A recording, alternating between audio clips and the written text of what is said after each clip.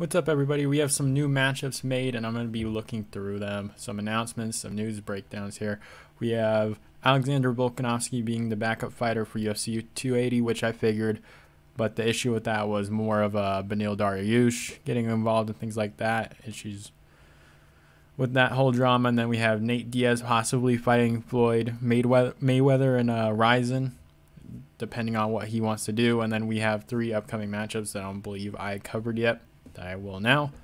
And yeah, I'm just gonna announce everything, or not announce everything, but go over my thoughts on the news that just came out. So first of all, we have Alexander Volkanovski being the backup fighter for UFC 280. I really like it. It should be a fun fight, even if one of the guys pulls out, which we hope doesn't happen because that fight is already amazing. But if someone pulls out, we got Alexander Volkanovski pulling in there to see if he can try and steal a belt from the lightweight division.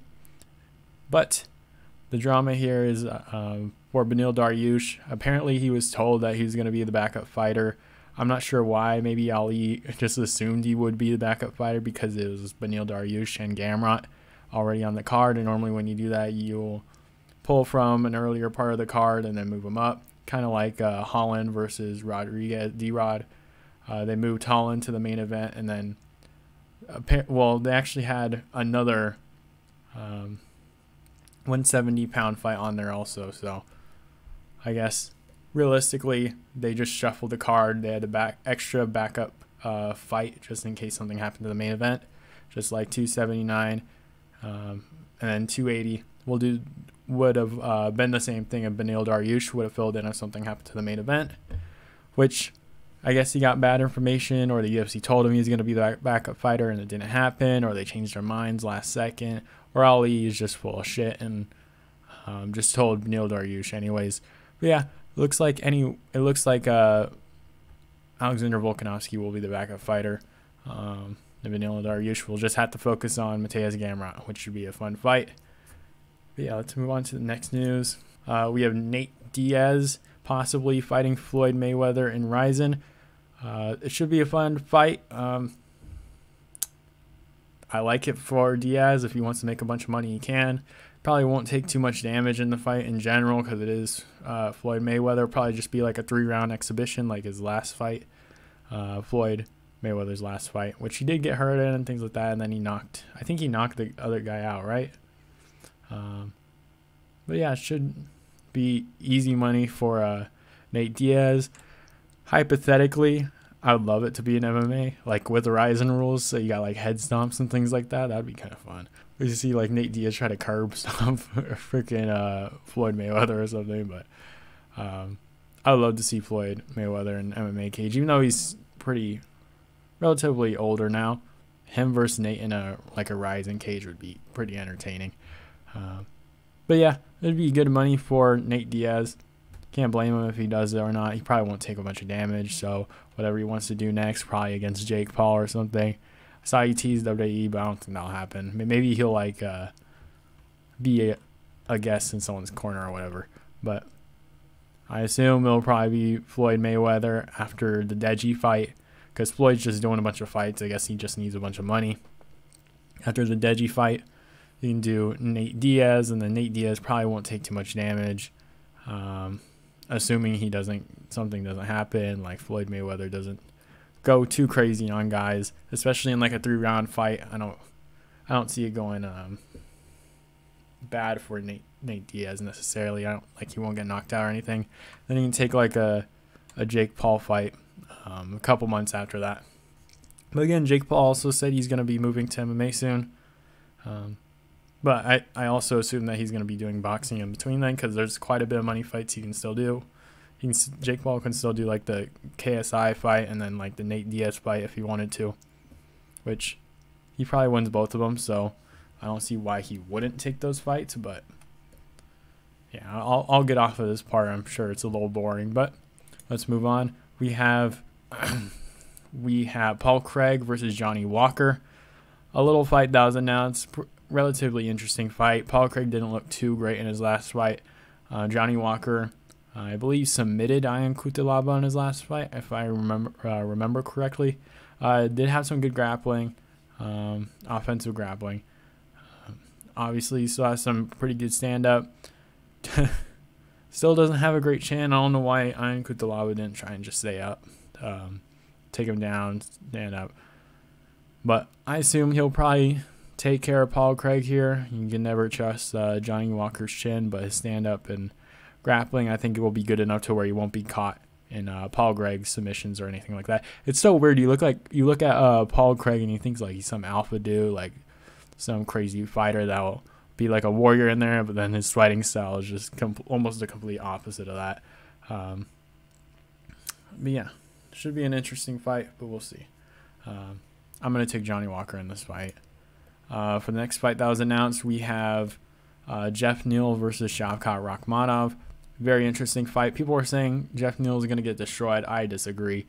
I think it'll be relatively close. I thought, weirdly, Shavkat Rakhmonov's, I expected more of him in his last fight, so I kind of want to see how he does against Jeff Neal, who's a pretty good striker, who can have solid takedown defense. So I want to see how Shavkat does in this fight. Again, Jeff Neal kind of does a little rough against guys with decent range. So the range might be an issue for Jeff Neal in this fight, but he does have some decent underdog potential in this fight. But this is a pretty good test for Shavkat Rakhmonov. We'll see how he is, see how far along he is. But yeah, very interesting fight. Maybe I'll do an early prediction for this fight also where I go more in depth in it. But I really like this fight. Really fun fight being made. It's about time we get something moving in the welterweight division. Let's be honest. It's pretty dead right now. I don't know what the hell the UFC is doing.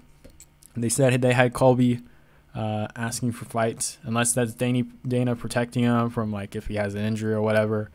Then I get it, but I don't know what the hell's going on there. Yeah, Burns, Colby chilling around, Masvidal chilling around, Chimaev not knowing where the hell he's gonna be at. It's just a big mess in the welterweight division, especially up the upper areas. What we have. Sean Brady versus Bilal Muhammad, and then this fight to look forward to in that welterweight division. And then you have Kevin Holland and Wonderboy. So I guess there's a little bit there, but this is the highest ranked fight that you'll see in the welterweight division besides that just Bilal Muhammad. But yeah, let's move on to the final announcement and the final news for today. We have Tai Tuivasa versus Sergey Pavlovich. Very fun fight. I believe it is on the Orlando card, a super stacked Orlando card, fight night card. Should be pretty fun. I believe it is the last fight night card before the end of the year, excluding like the pay-per-views. So this is the last fight night card, I believe. I think I may be wrong though. There might be one right after the pay-per-view. But this card's pretty stacked. This fight's gonna be pretty fun though. Tai Tuivasa versus Sergey Pavlovich. Tai Tuivasa, I'm surprised he's fighting so soon. It's like I don't know how long it was since his last fight, like maybe a month ago. He got brutally KO'd, took a lot of damage in that fight. Sergey Pavlovich didn't even take anything in his last fight against Derek Lewis, I believe. I don't remember him even getting hit because it kind of finished super quickly. Has crazy power in his hands, very long dude. From what I remember, he's a relatively long dude. But again, these guys both have some pretty good KO power. His last fight, I was pretty impressed with Tai Tuivasa. He wasn't scared to really commit to shots. Kind of like Derek Lewis, how he kind of just like folds up. Tai Tuivasa didn't really do that. Dropped Cyril Gane. Did pretty well in that fight until well, I guess he didn't. He won a round, but he didn't. I wouldn't say he did well, but he held his own in there against a very technical striker like Gane. Pavlovich. Heavy hands also, so I'm expecting this one to end early first round. Someone's going to get KO'd. I'm going to edge this to Sergey Pavlovich just because Tai Tuivasa took a lot of damage in the last fight. I think it's like, 3 months? It'll be right after this fight, so his chin probably won't even be the same here. Because he took some heavy shots off Gane. Was like tap dancing a little bit a couple times in his fight. But Sergey Pavlovich didn't really take a punch from Derek Lewis. I think he might be able to KO Tai Tuivasa, but if Tai Tuivasa wins this, it looks even better for him. But for a star like Tai Tuivasa, I'm surprised the UFC pulled the trigger on this. In all honesty, Yeah, but we'll see. This should be a fun fight anyways. It's supposed to be an entertaining fight, just like to get the fans excited for the rest of the card. So my guess is this will probably open it up, or maybe just the start of the two next pretty good fights after that. I believe it's Kevin Holland and Wonder Boy, and I forgot what the co-main event is for that card. It's Hermansson versus Brunson. Maybe you do this as the co-main event or whatever.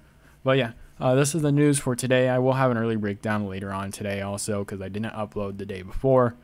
So we're uploading later today. And then another early prediction, and then we have the predictions on... Oh, we have the Fight Night card on Saturday. Recap. Sunday, 280 predictions. And then we go on from there. I hope you guys enjoyed the video, and I'll see you guys next time.